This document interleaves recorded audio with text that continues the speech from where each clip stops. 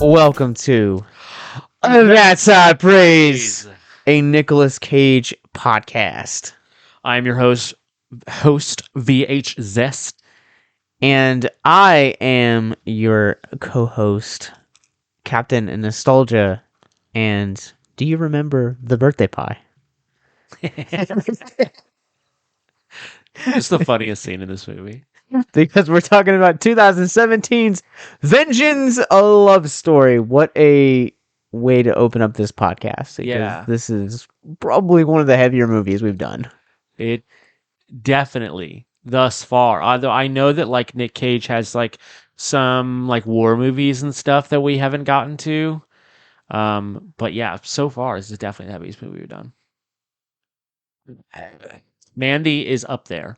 I would also say Mandy doesn't feel as heavy. Pig is also up there. Pig is up there too, for sure. Yeah, it's interesting. I think Pig, because it doesn't deal with humans, it deals with a pig, and most people don't own pigs. Doesn't hit as hard. Not only that, but like it's actually got lighter points. Like it's got moments that you laugh and stuff like that. And then yeah, Mandy is just like Mandy does hit hard, but only for like one portion of the movie, and then the rest of the portion of the movie is just madness. Yeah. Both which we've done episodes on, so go check it out. Oh, yeah, please. And speaking of Nicolas Cage, let's talk, before we get into this movie, let's talk about something a little bit lighter. Yeah. So Micah for Christmas got me this 7-inch single, like radio single, from Wild at Heart, and it's the only pressing that Nicolas Cage actually sings on. And we listened to it before the movie tonight, and dear God, is it great. It's great. It's great. I don't know. We've yet to actually watch that movie. I kind of don't think he sings in it. I think it might just be like a soundtrack feature. But he like croons. Like he sounds like Elvis in this single. It's one of the very few David Lynch. I haven't seen a great deal of David Lynch's movies, but you gotta watch Dune. I really, really am looking forward to that movie when we eventually get there.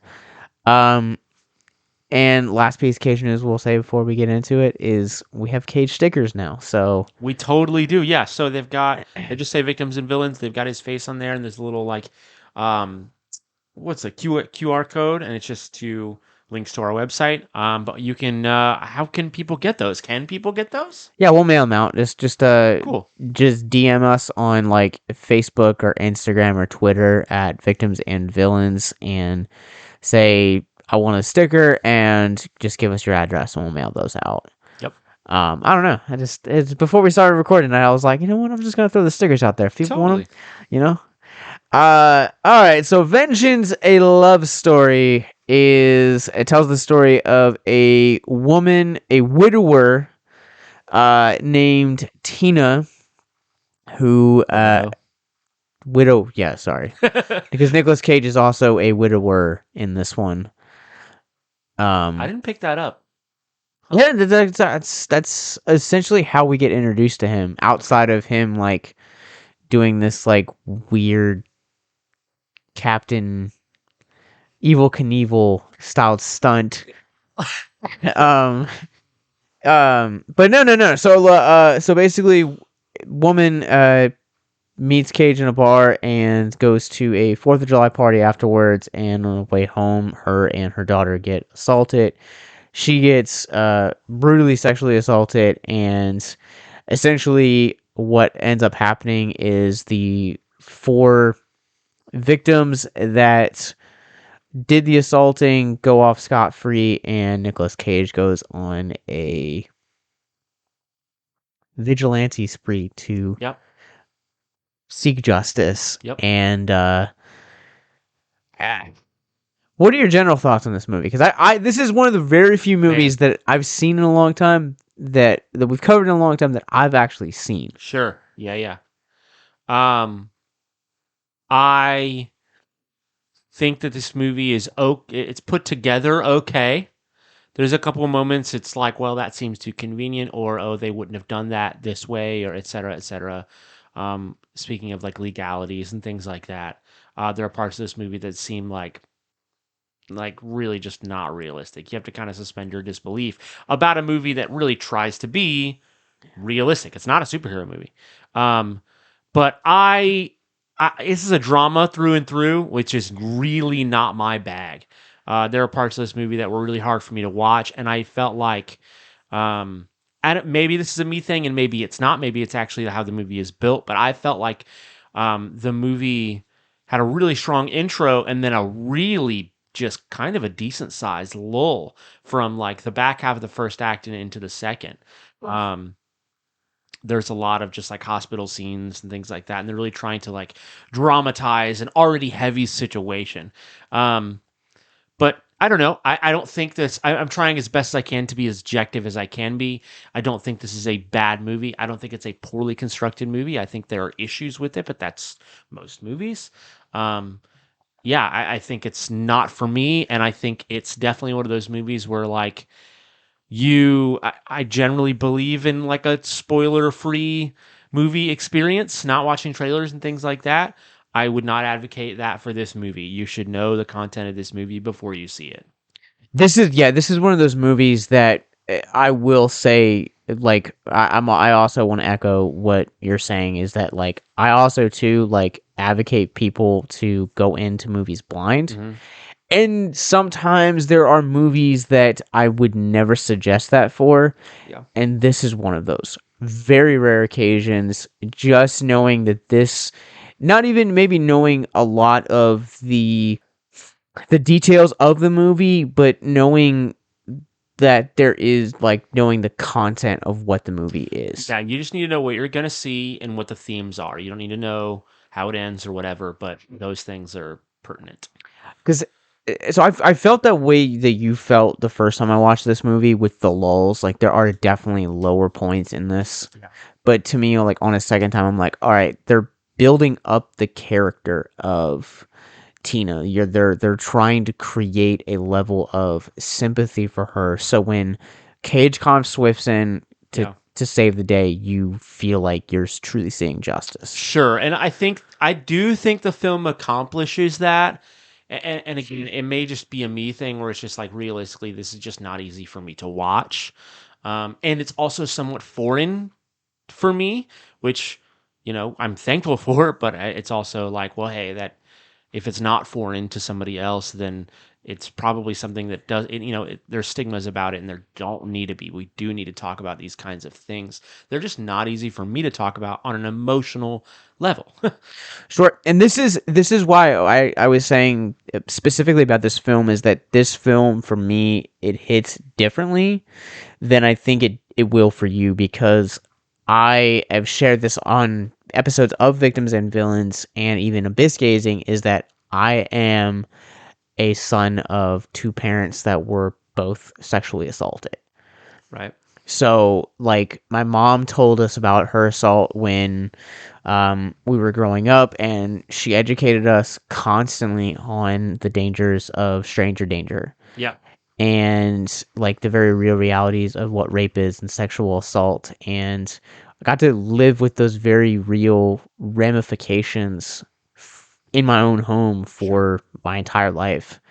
And then it basically came to be a fresh thing when I was 16, because my dad opened up about his sexual assault, and kind of got to see for the next like 5 years like how that process of like him coming to grips with his own really affected his relationships and his personality. And so there's a lot about this movie that I think hits me differently Yeah. because of those. Yeah. Totally. I think something I'm trying to like go back to the movie and be like, all right, what do I really genuinely like about this movie? I genuinely like Nick Cage's character. It's not a favorite of mine. I'm not even going to go out of my way to say that like he's the highlight of the movie, which I feel like is our normal MO sometimes. I just think it's a strong, well-built character. He's very stoic, he's very quiet, but it's very much like the janitor, where he doesn't need a ton of like panache to be the clear cut hero, to have the personality he has, and to work the way he does. And I also think too, like, um, the way they handle like the child in this movie. There's probably would be debate on this because people are like, well, she's not of consent, so there's certain things that she shouldn't be responsible for and things like that. And I understand that. I'm not arguing against that, but I all too often, talk about growing up, like I'm the youngest. I was the youngest of five, and I was the youngest by 6 years at the smallest amount. My youngest brother is 6 years my senior. Um, so like I know what it's like to be a little kid. When my family all gets together, I have nieces and nephews who are way younger than me, and I still feel like the youngest. It just is what it is. And so having all of that background and experience, and feeling the way that I feel, I have witnessed and been the result of people treating kids like they're not people way too often. um, People treating kids like their opinions are lesser, or like they shouldn't be consulted, or like they're oh, you're young, you're ignorant, things like that. And I think there are some truths to some of these situations, depending. And I'm not going to say that kids know better or anything like that, but I am going to say that, like, I've seen kids treated a certain way, I've been treated a certain way, that I think is, we don't think of it as less than human, but they're younger, they're not less human. And I think that, like, this movie does a really good job at, like, identifying the fact that, hey, the kid was there, the kid went through something too, the kid didn't go through as much, and that kid is still like, but they still have a voice, and they still need to be treated with, like, just as much delicacy and respect. No, I 100% agree with that. And the interesting, to go back to your earlier point before we get into the kid, in this, who is named Bethy. Um, this film is interesting to look at in terms of Nicolas Cage, because this movie is quite literally bookmarked by Cage. So we open up on Cage's character, Mm-hmm. and then he's kind of like a background character Yeah, for a while. for a long period of Yeah. time. But we spend the majority of this movie following around, essentially, this mother and daughter, on how they're kind of coping with this, and the injustice that is on the side of those that, the assailants, essentially. Yeah. And yeah, no, I think this movie does a really good job at addressing childhood trauma, and Right. kind of realizing that, like, yeah, like, I think you said it perfectly. We get into this habit of people essentially, like, looking at kids and saying, "Oh, well, because you're a kid, your opinion doesn't matter." And it's like, well, in something of paramount importance, of in this case, I would disagree, and I would Yeah. say that, like, the way that this film handles it, like, Cage comes to the hospital, and you can kind of see their growing relationship between, like, how she's coping with another man kind of stepping in, Yeah. and also kind of where they end up in the end. Yeah. And I think that they just absolutely crush what this movie needed to be for the relationship of the kids. Yeah, yeah. So something we mentioned that the lady was a widow, and that's something they talk about earlier on in the movie. Is like the girl is like kind of having a little bit of a fit, because she's like, I can't remember him. I can't remember my dad's face. Like, I can't remember what he looks like, um, and like, yeah. So you see that sort of like. Um, there's a big difference. I feel like there's a lot of movies where the parents were divorced at a young age for the child, and so there's like a delicate situation. And this movie's it's kind of refreshing dynamic. I mean, sad, but the fact that, like, everybody, like, they loved the dad. He's not in the picture because he's gone, and so. Yeah, you see her trying to kind of deal with that, and so in a way, like, in early scenes with Nick Cage's character John being on the scene, she has some reluctance. You see Bethy, the daughter, have some reluctance as far as like, um, having this older male figure want to be involved, want to, try to take care as best as he can for the role that he fills. Yeah, and when you look at it from her standpoint in particular, you have essentially here you have a child that has lost her founding father figure. Yeah. You have then you have Casey, who's mom's new boyfriend, and you kind of don't know really what to make of him. Like he seems like he's an all right guy, but the film kind of is ambiguous about that. Yeah. But I also think then you also look and here you have four guys that just brutally raped your mom, Yeah. and you laid witness to it. Yeah. And I love the early interactions between him and her. And I think one of my favorite sequences in this movie with her character Anne Cage is when they're in the hospital and they're watching TV and she's like curled up in the fetal position and like as far away on the couch from him as she can get, and he's just like waiting patiently. Yeah. And they're watching Looney Tunes and he just says, my favorite's Daffy Duck, and that just kind of like It breaks the tension. Yeah, she just laughs. And she laughs and just kind of crawls up a little bit closer. Yeah. Yeah. It's really great. It's really natural. It's really like, you could look at this movie and be like, oh, well, this is a little child. She doesn't have a parent who's like operable because her mom's in the hospital. And, you could definitely debate about like, is this cop, is this adult man overstepping his bounds with this 12-year-old? You could definitely see it certain ways and debate that, but like you watch his character, and that's why I say like his character is really simple, but it's effective. He's very stoic, he's very quiet, but he just says what he needs to say when he needs to say it, and not more really. Like you honestly see him trying to respect the fact that hey, he's not a parent. There needs to be a line, but to a point like he needs to do his job, so he needs the girl's testimony. But also like she has no one for this little bit of time, and in general, she has no father. So and that just is what it is. You see him like really be really respectful and really but really faithful. That's what I'm trying to get at. He's just really faithful to her, to the mom. And they have to weave that back in. They go through this, yeah, like we were saying, this traumatic arc of just, you see them exploring PTSD. You see them like dealing with the court case a little bit, and he's still barely, if at all, in the scenes. And they weave him back in a way that's like really effective for like the vigilante aspect, but also really effective just for his role in that family, for lack of a better term. Yeah, it's the way this movie ends is really heartbreaking. Yeah. Where you kind of get to see him say his goodbyes to them. And to me, like, I don't know, that's just really heartbreaking because you just went through this like big traumatic event together, and then it's like, oh, but I have to leave you. Yeah, um I didn't know whether or not I wanted to like pick that part of the movie apart or not, because like I don't necessarily think it's bad writing.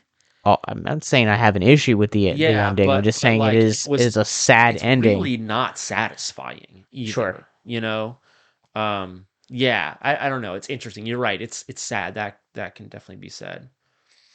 Well, before we get into some of the heavy stuff, I am gonna hit you with a fun trivia fact Yes. that might actually change the way that you view this film altogether. Interesting.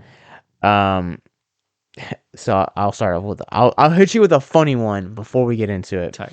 So in the opening, in one of the bar scenes, an extra is sitting in a booth on the other side of Nicolas Cage. This extra has a portrait tattoo of Nicolas Cage. There's more. That was autographed by Nicolas Cage at that same bar when they happened to meet a few months prior to this exchange. That's amazing. So is it just an extra? I guess they're only in that scene once. I can't remember that. Yeah, so I think it's the scene where it's not like his cop buddy. no, so it's there's a scene where one of the assailants is watching the boxing match and he loses to Casey. They made that wager bet that like who was going to win. And then the assailant leaves and the camera just focuses on Nicolas Cage, but you can still see like other people clearly in the restaurant. That's so great. It is. Gosh. So something you brought up earlier about how this movie is trying to be grounded in reality, but you kind of feel like it kind of has a hard time being related that way. Yeah. And one of the things that you and Erica both were talking about, like frustrated with, is kind of the Don Johnson character. But according to RAIN.org, which RAIN is kind of the leading nonprofit into and resource for survivors of sexual assault. Did we explain the Don Johnson character? Okay, so I'm getting ready to explain Don Johnson. And if you or someone you know is struggling or has struggled with sexual assault, we will leave a link in the descriptions below where you guys can get resources from the RAIN website. Their toll-free number is 1-800-656-4673. And if you go to rain.org, that is RAIN, RAINN.org, you can also chat with someone as well. I think this is probably one of the most frustrating things about our justice system and how we process sexual assault. So get this. Just putting this into perspective, every 68 seconds, an American is sexually assaulted. And that's a heavy thought to think about. And the injustice portion of it is that for every 1,000 people that are tried for sexual assault, actually only 25 of those 1,000 see the inside of a cell. Dang. Yeah. And that's just because of lawyers. Yeah, and Don Johnson. So Don Johnson plays the lawyers who the 4 rapists hire, and basically he says a line in the movie. He says, a jury essentially cares about 2 things, and it boils down to a story and how you tell it. And so he basically creates this like wild tale of a woman that was really drunk and essentially solicits herself. Yeah. Yeah. And so that happens. And so again, his entire character is kind of, he's supposed to be this justice system. And I feel like for some of the movie, it hits those right notes, but then there are other parts where it's like, this is like way too dramatized. Yes. It's well too melodramatic, but it has good intentions. Right. But I do think that, our justice system is flawed when it comes to these types of cases. Yeah. Yeah, totally. The idea, and I mean, they point this out in the movie, like there is DNA. They pointed out like after the scene, after everything I have the happens. exact quote. Okay, do you? It says, DNA, semen, the only thing they didn't leave were name tags. Right, exactly. Like, that's the whole, it should have been a done deal, or at least it could have been a done deal right there, and then big fancy lawyer comes in, and that's that. I don't even think you like hear or if the guys are ever actually just asked directly, hey, did you do this? Well, all you see is the family know that they're accused and step in to hire defense.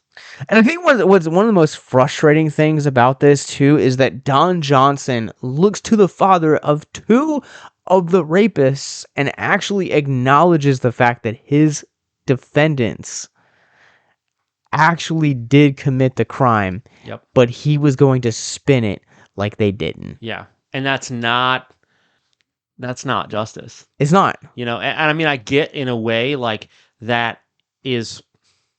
You can argue that, hey, that's what lawyers are for. Lawyers are for the purpose of defending you in court.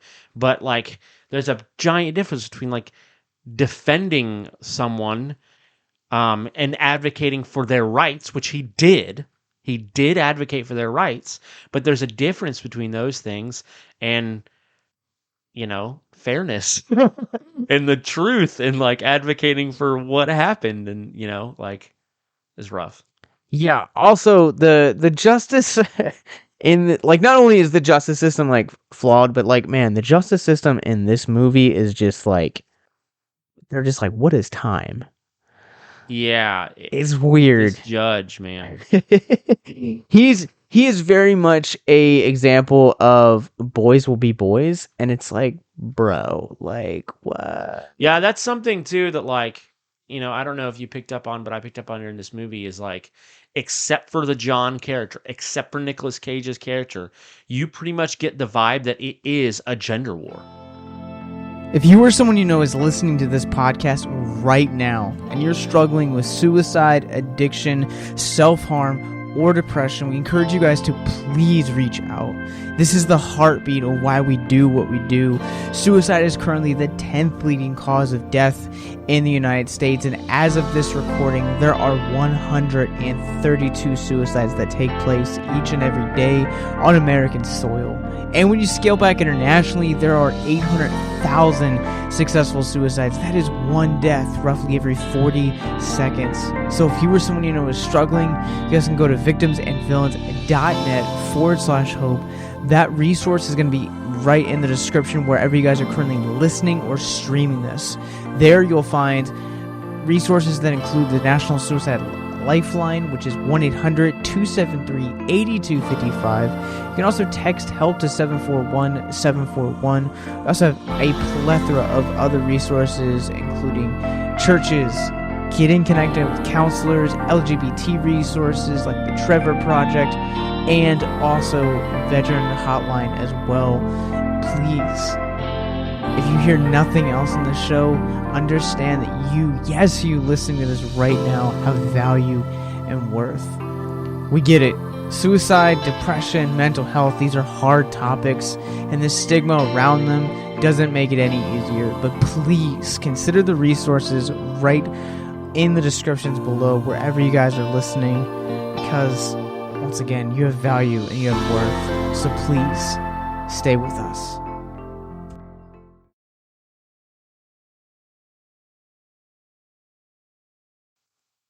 It absolutely is. Yeah. And there's they've made great documentaries about how society views women in particular, and I think this film does a lot to encapsulate that, because again, at the end of the day, it is their word versus her word. Right. And I guess it's 4 against 1. I don't know. It's not. Yeah, there's a difference between. I know I used the word fairness earlier, but like there really can be a difference between fairness and just the truth. It makes logical sense. It seems fair that the testimony of 4 people is better than the testimony of 1 person. But that doesn't mean that like they're all telling the truth. It just means that they're corroborated. Also, I think you brought this up when we were actually watching the movie. Like 4 guys versus 1 girl. Like, come on. Like, if that doesn't spell out a gang rape, like I'm not sure what really does. Yeah. Again, especially like. And it goes back to the whole daughter thing. If they just listen to the daughter, listen to the testimony of all 6 people who were there, and with the DNA and everything, like, I don't know. It just. So let me ask you a question. Especially since, and they brought this up later. I don't know if you caught this, but they brought up the fact the older brother, the brother with the long hair, brought up the fact that he'd been to jail before. The fact that was never mentioned in court. Yeah. Like, insane. Yeah, I feel like a part of this movie's problem with this narrative is that it's trying to address the injustice of sexual assault survivors. Right. But also at the same time, it's like, all right, you came here to see Nicolas Cage take names and kick ass. I mean, that is, yes. But I mean, whenever we watch, Ant Bully, that's how I'm going to feel. So that's my problem. Oh, was he in Ant Bully? Yeah. Oh man, so before we kind of like get away from like injustice, like real quick, I met this. I covered this film festival last year, and this woman, this filmmaker, Agia Elliott, will provide a link in the show notes below for her interview. She made a movie basically that was kind of like Cloverfield, but like with like a sexual assault and kind of like PTSD angle to it. Okay. It's a great movie. It's gonna be on VOD March 4th. VOD. Video on demand. Oh, that's not the same as VHS. It's not. Rip. So it's not zesty.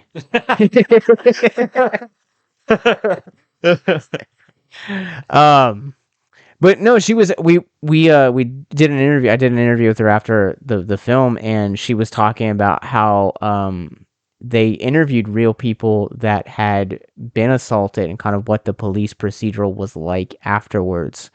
And she said that basically it's about a 6-hour process. Jeez. That you basically have to stand there in a room naked, recounting all the details of the assault. They'll ask you several times, like, any, like, specific, like, details about the person, like, did you get a tattoo? Do they have scars? Why do you have to be naked? Because while they're doing that, I mean, it might not be the entire time, but they're, like, also, like, swabbing your skin for, like, DNA. And, like, that is smart. Inside and out. So you're basically having to relive that trauma all over again. Why? That's... I guess in a way, like, you need to be awake, you need to be giving your consent. There is like a level of that makes sense. But both of those at the same time, that's a lot. Yeah, and I mean, I don't know if it's like, yeah, they're doing them both at the same time, or if it's like broken up. But yeah, I mean, and I feel like, the fact that the mom's in like this complete shock, but this, on the other hand, you have the daughter. And so my question kind of coming into this is, since this court clearly doesn't like to acknowledge like women, semen. Oh, but yeah, also women. I mean, do you feel like this? They kind of downplay. I guess let me rephrase what I'm trying to say is, would you, if you were in this court's position, would you validate the witness of a child? Yes. That might be because I know what it's like to be really young and feel really unheard, so there might just be some kind of compassion there just from my own perspective. But you have people, I mean, she was wounded. She came into the hospital at the same time. She was brought in by the same policeman who was in the court. Like, yeah, like I don't think I think from me on a personal level, I think it's just wise and fair. But from a legal level, I don't think that you have a choice. So, like, I understand both parts of it. Like, I understand that, like, this is her daughter. But, like, I also understand, like, the flip side of it is, like, oh, well, this girl is basically just saying anything to protect her mom. Yeah. I mean, yeah, but you could argue the same thing for the woman about herself or for a lawyer about her. The whole point is to give testimony. Yeah, that's true. But I think that you can't ignore the wounds of the child. So like you can take the word, but like legitimately, like you are watching a girl give her testimony with a broken arm. Yeah, like if you need to bring in X-rays and like timestamps and whatever, that can be arranged. Absolutely. Yeah. You want another trivia fact? Please. All right, so this is the one that I want to save All right. for this right this moment. So are you this might make you look at this movie all weird. We talked about in our last episode about Nicolas Cage producing. Yeah, he has there's 2 producer credits on this one, and he's one of them. He is. However, here's the kicker: is that originally at one point during pre-production, he was not only slated to star in this movie, but also to direct it. Whoa. That's wild. Yeah, But he didn't direct it. he did not direct it because of scheduling conflicts, which also might explain why he's in the movie so little. So little, yeah. That's a shame. What was the scheduling conflict? It was another movie? Or? I would imagine it was probably another movie. Sure. I mean, especially when you're this era, like he's doing like He's doing whatever he 6 can. movies a year. Yeah. I also For better or for worse. am curious about something too. And I guess maybe we'll eventually get there with this one. He has only ever directed one movie. I was going to ask you about that. So he has only directed one movie. I've never seen it, but It's got to be a benchmark episode. We got to save it. 2002. I agree. 2002's Sunny. Okay. So Sunny is Sunny stars James Franco, Cool. Brenda Biff, Mina Cervey, Harry Dean Satin, Seymour Castle, bunch of people I don't know. Nicolas Cage is also in it. Do you want to hear his character name? Yes. Acid Yellow. What? Yeah, it is Acid Yellow. So this movie tells the story of an honorably discharged soldier returning home to New Orleans, hoping to break away from his upbringing as a trained prostitute, but his brothel madam mother has other expectations. Oh my goodness. Did he write this movie? No, that he did not do. Has he ever done a screenplay? No, he is not. Oof. Okay. That may be for the best. I mean, I feel like you can understand how to become a director if you've been an actor for long enough, but that doesn't mean you can write. That writing is kind of different. But I don't know. Not necessarily. I genuinely don't know. I would be down to see a Nicolas Cage writer director, man. Dude. I mean, same. If he put out an album, I would be down for that. If he started taking up like some sort of art, I would be down for that. I mean, whatever he wants to do. Yeah, I absolutely agree. I think also one of the to return kind of to the frustrations of this movie, is not necessarily a knock on the quality, but the content within this movie. I often wonder, given the statistics that we just talked about from Rain not that long ago, the courtroom scene is really hard to watch. So hard. And it's really hard to watch because of this wild story that Don Johnson gives, but also at the same time, how essentially like there's just a lack of care for Tina and Bethy, who have gone through this ordeal. Yeah, I mean, they're literally sitting in there like she's got sunglasses on, a thing wrapped around her head. They're bruised. Like Bethy has a broken arm. Like all of this stuff. Like it's literally, and the judge is like, "Ma'am, you need to take off your sunglasses." Yeah, and it's like, really, dude, really? Like that's, yeah. It's really hard. It's really weird to watch. The lawyer her lawyer even says at the same time that like because of what the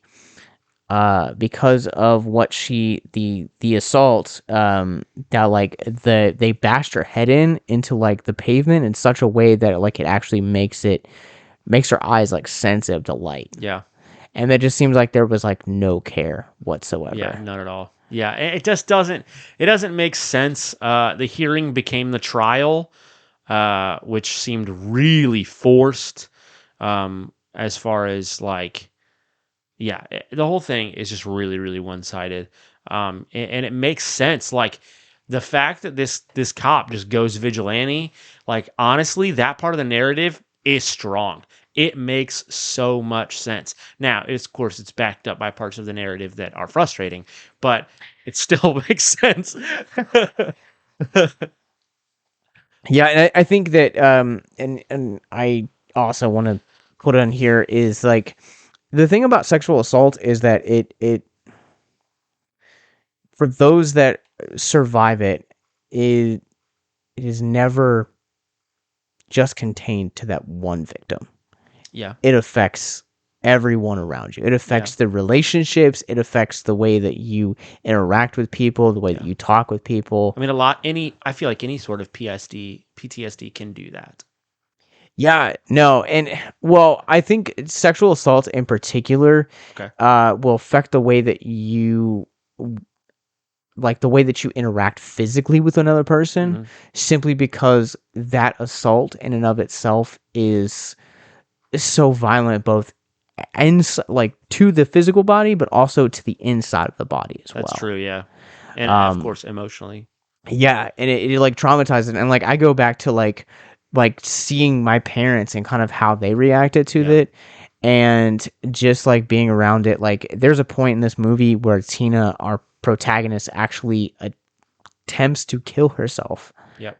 And that is one of the hardest scenes to watch because like uh my dad, when he like started confiding in us, like he also at the same time like uh tried to commit suicide. Mm-hmm. And like that's such a hard thing to like to come to grips with, that like Yeah. your own flesh and blood just kind of looked at themselves and like had this traumatic thing happen, but also at the same time like this traumatic thing like brought them to a point so low that they thought suicide was the only option. Yeah. Yeah. Or an option at all where they may Exactly. not have thought that before. Yeah. I think too, like, we spoke to the idea of this being, affecting you mentally, emotionally, physically, inside and out. You know, uh, well, we said emotionally and physically inside and out. I think mentally is also something like you need to talk about a lot because, if somebody is treated a certain way, then yeah, an emotional reaction is just that. Like it's a reaction. It's something like it can be so hard to control emotions. That's completely fair, But mentally, I think like it's what can be really really hard is like now you've got these thoughts in your head of like, are all men safe or no, or are all women safe or no, are all like, is this what I'm worth, Yeah. am I worth like, you know am I just like a piece of meat, or like am I really not worth taking the time for and being patient for, or things like that. I mean, there's plenty of circumstances around sexual assault that you can not everybody is just happened upon in a dark alley. Sometimes like relationships can turn into sexual assault, and that becomes even more a mental struggle and endeavor to like really reconcile, like, okay, like what am I, what is my value, what is my purpose, and why did these people or this person choose this for me. Yeah, I mean they're all like really heavy questions, and you Yeah. brought up like the struggles of trusting people again. Yeah. And whether it's one specific sex or all people. Mm-hmm. I think also locations too is another thing too. I've watched because I grew up around an environment where that education was so frequently discussed. Mm-hmm. I ended up watching documentaries that I probably shouldn't have watched. Sure. And some of those documentaries kind of talk about like people sharing their stories, and in sharing their stories, they're also at the same time talking specifically about how like certain scents or certain foods or locations, like how like you can basically be set off by them and Yeah. Triggered. triggered Mm-hmm. And I think even you get to see Bethy triggered by this. There are a few scenes in this movie where like she has not only dreams of these guys, but also at the same time like there's a scene in a department store where it's you're like looking at the mirror and like you're kind of seeing her and like the last standing assailant. Yeah. And to me, I don't know how you read it, but to me, like I read it as like that guy really wasn't there. It's like she's kind of like going through like a emotional peak Yeah. and like just kind That of would had make like sense. a mental breakdown for a brief period of time. Yeah, that would make a lot of sense because that was something I thought about that in the movie and I was like, wow, he's just in there in the department store in broad daylight. Like whether he followed them or not, it just seems like really convenient and really like, I don't know. But yeah, it makes much more sense just on a mental and emotional level that like she could just be imagining that, but nonetheless, that's still like, it's still a valid aspect of like PTSD and something that needs to be like talked about and taken time with, and yeah, that's a good point. Yeah. And I don't know. I feel like this movie's really heavy. It is, it's one of those movies like I don't think I would recommend it to people. Like genuinely, I don't think that I would. But I would say that like, hey, you just need to know these things about it. It's not a bad movie at all, like as a movie. But I'm also gonna say it's a weird movie to dissect Sure. because while it is like a heavy film thematically, there are also like these like weird cheesy moments of it. Like Yeah, that's true. That's true. And it's not like, yeah, there's weird cheesy moments, but they don't really come to a head. Like there's not like there's the Daffy Duck moment, and that one's probably the best one. that's the purest moment I feel like in the That's film. it totally is, and then there's like, there is like at the end where she like reaches her hand through the fence and he like reaches his hand back and like it feels kind of weird and cheesy.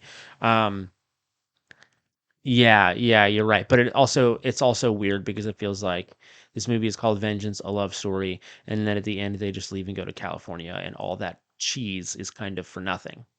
So you ready for another trivia fact? Yep. So this movie is actually based on a book Look, right. Yeah, they said that at the beginning. by Joyce Carol Oates, and it's not actually called Vengeance, a Love Story. Are you ready for the title? Yes. Rape, a Love Story. Oh my gosh. What? I don't even know like where to begin to do that because I feel like if anything like Vengeance is a great name to name this movie, but a love story is I feel like that was so far. they just kept a love story to tie it to the book. That had to have been it. But there's also the idea that like there's more than one kind of love story. There's absolutely platonic love and it's ignored. All right, that's fair. Yeah. Yeah. The vast majority of narratives ignore platonic love or they just give it very little time. That's fair. Yeah. Okay. I have nothing to say now. I've been shut down. No, I think this movie it's not very deep. It's not very, cut. No. Doesn't need to be. It's very cut and dry. Yeah. Yeah, I think all around bringing it back to like the cheese movie of this, like I think that the part of this movie that bothered me more than anything else was like, yeah, like there's a couple like lines that are delivered that I'm like, man, like that could have been so much better, or it could have been written this way instead of like the way that it's written is the judge. The judge is like the biggest character in this entire film. Yeah. Like I grant it, like I understand you're supposed to not like him, but he just kind of seems like too extreme, if that makes sense. Yeah, he corrects a man's grammar. Oh my goodness. Like he's like he might even be younger than that man, and he just like corrects his grammar for no freaking reason at all. Yeah, it's so dumb. My partner and I. Yeah. And there's just like this moment of like awkward silence, and then continues his testimony. Yeah, it's stupid. I mean, maybe they were really just trying to like nail home a point, but that was not an eloquent way to do it. Not at all. Yeah, no, and then the chamber scene as well, I feel like was really tough to watch. The scene where it's him and the two lawyers, like, yeah, as soon as her lawyer leaves, who's also a woman. Yep. I would really love to get a female's perspective on this movie. So if you are of the female gender and have seen this, slide into our DMs. Yeah, please let us know how you feel, because I'm probably not going to show this to my wife, and your wife only saw a little bit and was just like frustrated. Livid. Yeah, so and we're not going to deny that this movie is problematic. It totally is. Yeah. But I think it's a shorter episode. Sure. Yeah, I don't have anything else to say. I mean, it's like you said, it's cut and dry. Not a long movie. But before we give our ratings on whether or not this movie is good enough, I just want to emphasize once again that if you or someone you know is gone through sexual assault or depression or considering suicide, please consider the links in our show notes below. All right, Micah. Is Vengeance a love story? Let me just say, but before you give your rating, or even continue, I thought this episode was going to go so much different. Okay. I honestly didn't think that you were going to be like... I'm trying to be objective here. I didn't think you were going to be objective. Because let me just tell you guys something, a little bit about Micah. Micah is very opinionated. And are you? I am. But I've grown to be a little bit more objective. You have more experience at objectivity than I do. That's fair. That's fair. So with that said, is a Vengeance a love story worthy of high praise? Probably not. Okay. You know, I mean, yeah, I didn't like it really until like basically the third act, basically. Yeah, it was hard for me to watch, but I also just think like, unless you think that this movie is written so that it's supposed to be a caricature, you know, in favor of victims of sexual assault, for the purpose of pointing out flaws in our legal system and things like that, which, by the way, even if it is written to be that way, having a vigilante doesn't really serve a purpose for those narratives. But yeah, I mean, even if that's what it's supposed to be, it's still just not like, I think there's too much of it that's dry. I think there's not enough Nick Cage. That's a bias. I'm sorry. This is a Nicolas Cage podcast. It's a Nicolas Cage podcast. That bias is allowed. Yeah, okay. Passcode for $200. I think that, I think that the problems in this movie are really, really evident. I think that if I did watch this movie a second time over, I would probably just notice more of them. I can't see gaining a greater appreciation for the gold in this movie. So I am going to very lightly say that it is worthy of high praise. Okay. It just kind of balances over that fence. Over the line, yeah. But I think the importance of this film, sure, and the subject matter that it has, because, before I read those statistics to you, did you know any of that stuff? No. And I didn't. And it definitely did like make me appreciate the writing of this movie better. Or at least maybe the storyboarding, something, like, don't get me wrong. I view this movie better because of this conversation, but I don't feel like I can be like, oh yeah, stamp of approval. I just don't feel confident enough to do that. Sure. So I'm gonna preface this with a couple conditions of why this movie is worthy. Totally, that's fair. And the first one is because it's a great entry point into some of the statistics. Sure. It's a heavy entry point, though. It is a massively heavy entry point. This is not a... Not for the faint of heart. No, not at all. 2, I will also say that another reason that I think this movie is worthy of high praise is also Nicolas Cage's performance in this, for as brief as it is. Yeah. He's a very likable character, but I think the last act really solidifies why you should watch this movie. Yeah, that I can agree with. The last act of this movie is definitely, like, it makes the movie. And I'm definitely a make or break it kind of person when it comes to the ending of a movie. I can love a movie, but if the ending's bad, I will hate it the rest of my days. And this movie is not that way. Yeah, I love Nicolas Cage, and I think that, from also to, like, I kind of have to bring a little bit of my own personal experience into this. Totally. With my parents. A lot of movies like this really hit me harder than it does, like, the average person. So, like, for me, I feel like, also one of my biggest fears is being helpless. Totally. And same. This film kind of puts you into that driver's seat for the first act of this movie, and you're kind of taking on this ride of, like, okay, how do I actually cope with this now? And you're watching these characters kind of go through the injustice, and I feel like this film is balanced really well, but it's also it kind of toes the line for me. So it's a very weak high praise. Sure. But it toes the line because it has really, really eye-rolly, like, really cringy, like, moments. Yeah. The pacing is really awkward. Yep. But yeah. Some of the characters serve almost no purpose. Exactly. At all. Yeah. Totally. You want one more trivia fact? Yeah, of course. I love the trivia. It's great. I don't have to like the movie to like the trivia. All right, so we actually, so this is, I will say this twice. There's 2 more trivia facts, and we brought this up when we watched the movie. You were like, when he took the stand, you turned to me and you're like, dude, how many movies are we gonna watch where he has the name Joe? Or John. For real.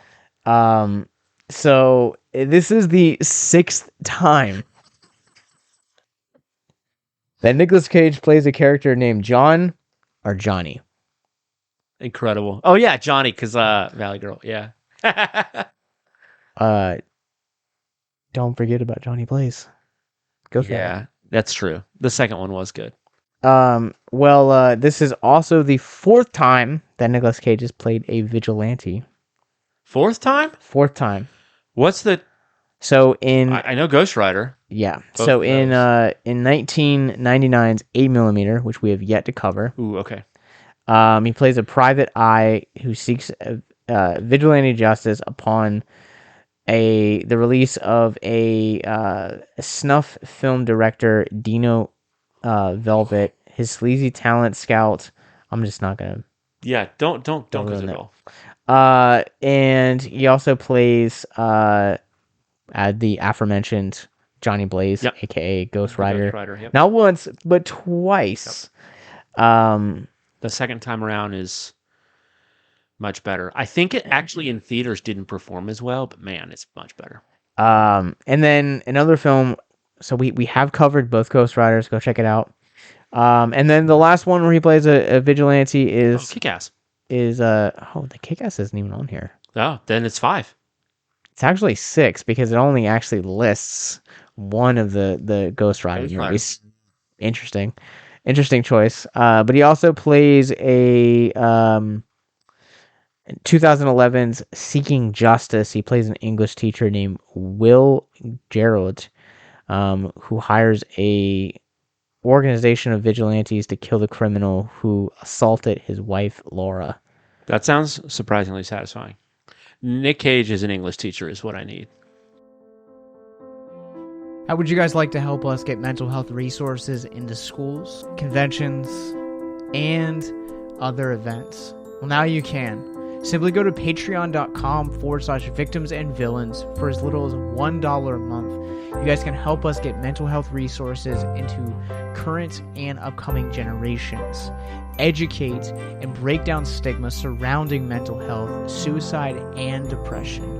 And you get exclusive content that you can't get anywhere else. And you guys can tell us which Nicolas Cage movie you want us to cover, and we'll do it. All it takes to get started is to go to patreon.com/victims and villains, or simply click the link in the episode description wherever you guys are currently listening or streaming this episode. Pick your tier and get started today. Yes, it's that simple. So quickly select the tier that you want and help us get hope into the hands of the depressed and the suicidal today.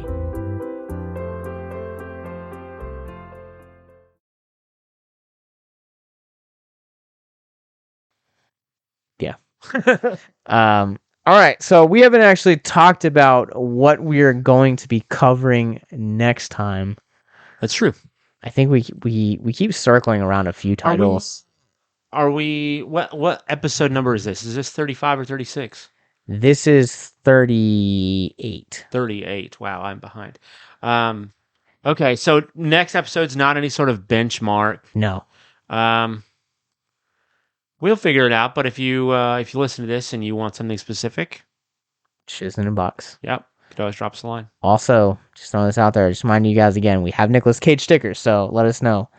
And if you guys want Nicolas Cage t-shirts, we've talked about we've talked about that as well. Yep, Micah's wearing one right now. I am.